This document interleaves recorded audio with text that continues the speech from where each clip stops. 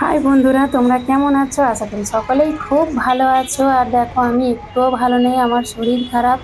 তাই আমি সকাল সকাল বেরিয়ে পড়েছি, আমি আর আমার হাজব্যান্ড ছেলের সঙ্গে বেরিয়ে পড়েছি। আমরা দুজনেই যাব ডাক্তারখানায়, কারণ আমার একার শুধু নয়, ওরও শরীর খারাপ, ওকেও দেখাবো বা আমাকেও দেখাবো। তাই জন্য আমরা দুজনে বেরিয়ে পড়েছি ডাক্তারখানায় যাওয়ার জন্য। আর আমাদেরকে নিয়ে যাবে ছেলে। তো আমি আর আমার হাজব্যান্ড দেখেছি কোথাও বেরোলে আমাদের ফটফটি অ্যাক্টিভাটা কিন্তু আমাদের কোনোদিনই সাথ দেয়নি, বুঝেছো? এখানে দেখো, নিয়ে আমরা দোকানে দাঁড়িয়ে আছি। লিক হয়ে গেছে, লিক সারানোর জন্য আমরা এখানে দাঁড়িয়ে আছি। আর এই একটা ভাঙাচোরা ফটফটি একটা মানে অ্যাক্টিভা, তাই নিয়ে আমরা যেখানে যাই সেখানেই নিয়ে যাই, কিন্তু তাও আমাদের সাথ দিচ্ছে না, দেখো।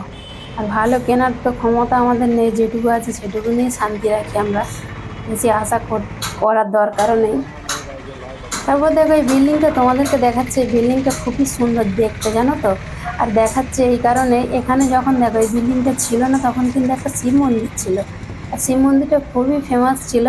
কিন্তু বিল্ডিংটা যখন করা হয়, শিব মন্দিরটা ভেঙেছিল অবশ্যই, কিন্তু ফের তৈরি করতে হয়েছে দুদিকে।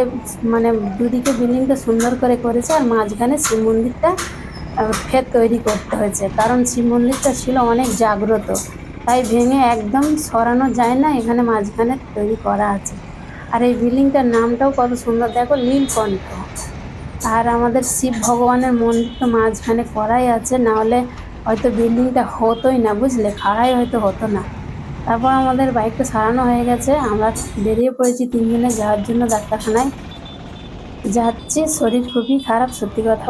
তারপর দেখো, এখানে একটা সুন্দর ঘোড়ার গাড়ি দাঁড়িয়ে আছে। তারপর আমরা চলে যাচ্ছি। শরীর খারাপ বলে ভিডিও তেমন দিতে পারছি না, কারণ ভালোই লাগছে না ভিডিও বানাতে। তারপর চলে এলাম ডাক্তারখানার সামনে, চলে এসেছি।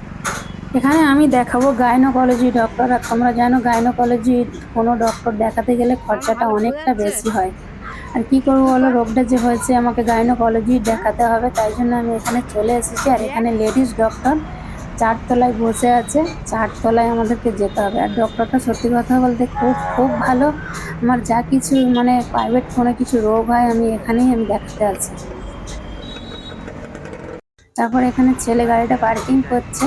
তারপর দেখো, আমরা ভেতরের দিকে আসছি। দেখতে পাচ্ছ, আমি বাইককে ধাক্কা দিয়ে দিচ্ছি। এত কানা আমি, বাইক মানুষকে ধাক্কা দেয়, কিন্তু আমি বাইককে ধাক্কা দিয়ে দিচ্ছি। সব কিছুতেই আমার হুড়োহুড়ি। ছেলেকে বলছি তাড়াতাড়ি আয়, লিফটে করে যাব। ছেলে আর হাজব্যান্ড এবার আসছে, আর আমি তাড়াতাড়ি ঢুকে পড়েছি। দেখছো, আমরা লিফটের সামনে হাঁ করে দাঁড়িয়ে আছি।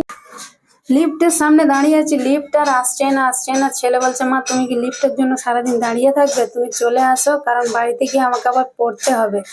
ছেলের সামনে পরীক্ষা, বলো, ছেলে তো আর আমাদের সঙ্গে ঘুরবে না, কারণ বাড়িতে গিয়ে ওকে আবার ওর পড়াশোনা আছে। তাই জন্য কি করব, ছেলের বোকা খেয়ে আমি পায়ে হেঁটেই যাচ্ছি।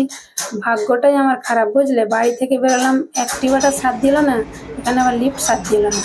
দেখো, ডাক্তারখানা চলে এসেছি, ডাক্তারের চেম্বারে প্রায় চলেই এসেছি। ভেতর পর্যন্ত আর ভিডিও করতে পারলাম না, কারণ সব জায়গা তো এলাও নেই, তবুও আমি এখানে করেছি।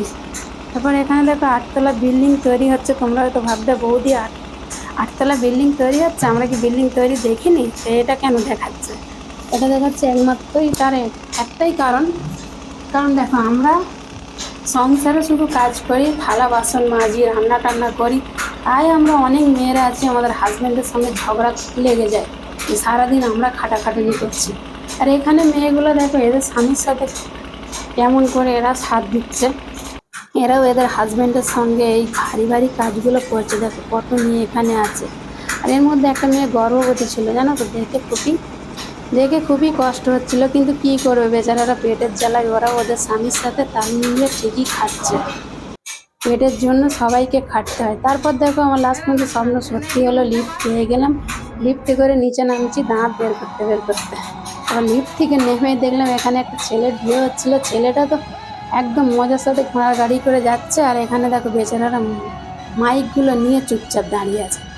তো চলো, আর বেশি বড় করলাম না, বাই বাই, এখানেই বাই।